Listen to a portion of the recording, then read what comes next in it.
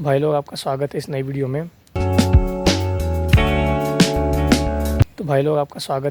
में।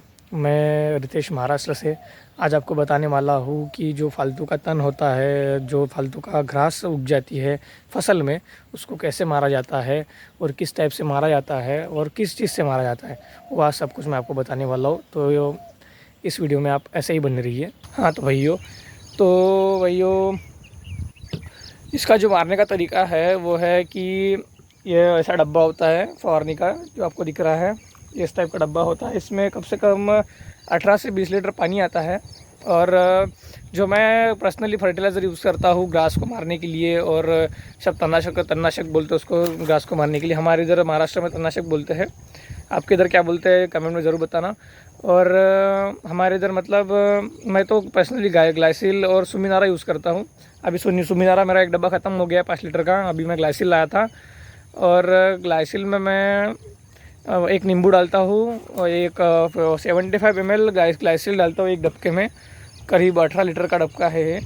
18 लीटर के डबके में मैं 75 ml ग्लाइसिल डालता हूँ और कुछ एक नींबू डालता हूँ। एक डबके में एक नींबू डालता हूँ, तो इसके वजह से पूरा पानी साफ़ हो जाता है और दवाई अच्छे से काम करती है। और आगे आप देख ही रहे होंगे कुछ ऐसा कुछ खेत है। हाँ, और इसके लिए जो ये लगता है, मतलब जो अपनी ये है, तो ये इसमें पराठी पे भी अफेक्ट करेगा। ये जो अपनी कपास है इस पर भी अफेक्ट करेगा। आप अगर इस पर अगर तनाशक मारेंगे तो इस पर भी अफेक्ट करेगा। इस पर अफेक्ट नहीं होने को होना, इस पर इफेक्ट नहीं होने को होना, कुछ भी इस पर ये मरने को नहीं होना। इसके वजह से इसके लिए अपन एक ये कर सकते हैं कि जो कोई इस टाइप का डब्बा, इस टाइप का ये होता है, इस टाइप का कुछ जुगाड़ लगा के रखा है अपन ने। इस टाइप का ये अपनी नली होती है, ये अपनी इसके डब्बे के साथ में नली आती है ये। और ये मेरा जो ग्लाइसिल का डब्बा है, ये जो ग्लाइसिल का डब्बा है मेरा, ये ग्लाइसिल के डब्बे का मैंने यहाँ से काट दिया था, यहाँ से करीब काट दिया था, और उसका टोपा बना दिया था मैंने।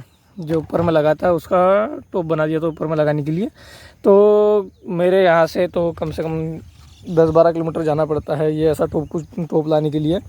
तो इसके वजह से तो मैं तो गया नहीं, मैं इसका ही काट लिया और बना लिया।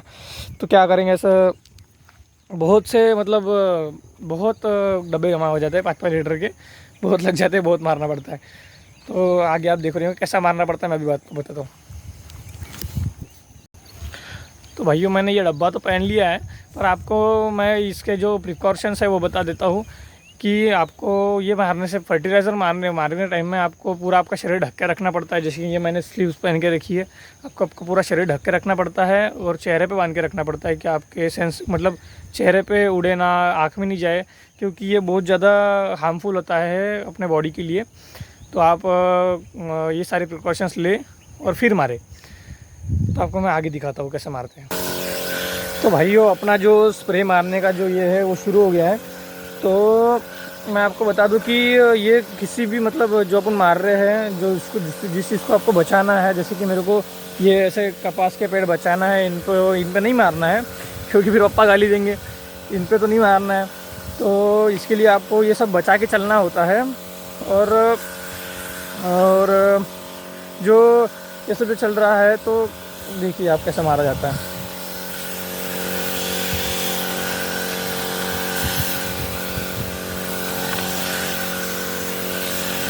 जहाँ पर जैसे कि ये पेड़ है, तो ये अपन पेड़ छोड़ देंगे, और पेड़ छोड़ने के बाद पेड़ छोड़कर मारेंगे। जैसे ऐसे मारना है, पेड़ छोड़कर मारेंगे।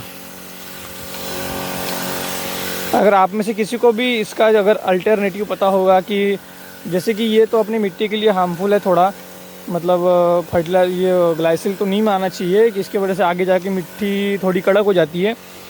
तो इसके जगह क्या, इसके अलावा भी आपके पास अगर कोई अल्टरनेटिव होगा तो आप ज़रूर मुझसे कमेंट में बात करें, ज़रूर बताएं। बहुत ज़्यादा घास हो गई है यहाँ पे।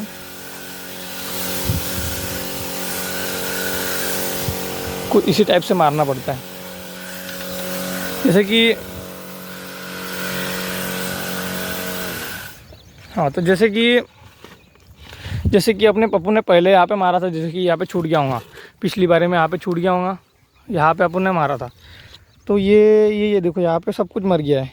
ये जो यहाँ पे है, यहाँ पे सब कुछ मर गया है। ये सब पूरी घास सूख गई है यहाँ की। तो ऐसे इसी टाइप से पूरी घास सूख जाएंगी, इसी टाइप से पूरी घास सूख जाएंगी, इसी टाइप से। हाँ, तो फिर जो मैंने आपको साइड इफ़ेक्ट बता रहा था, तो ये देखिए, ये देखिए, पिछली बारी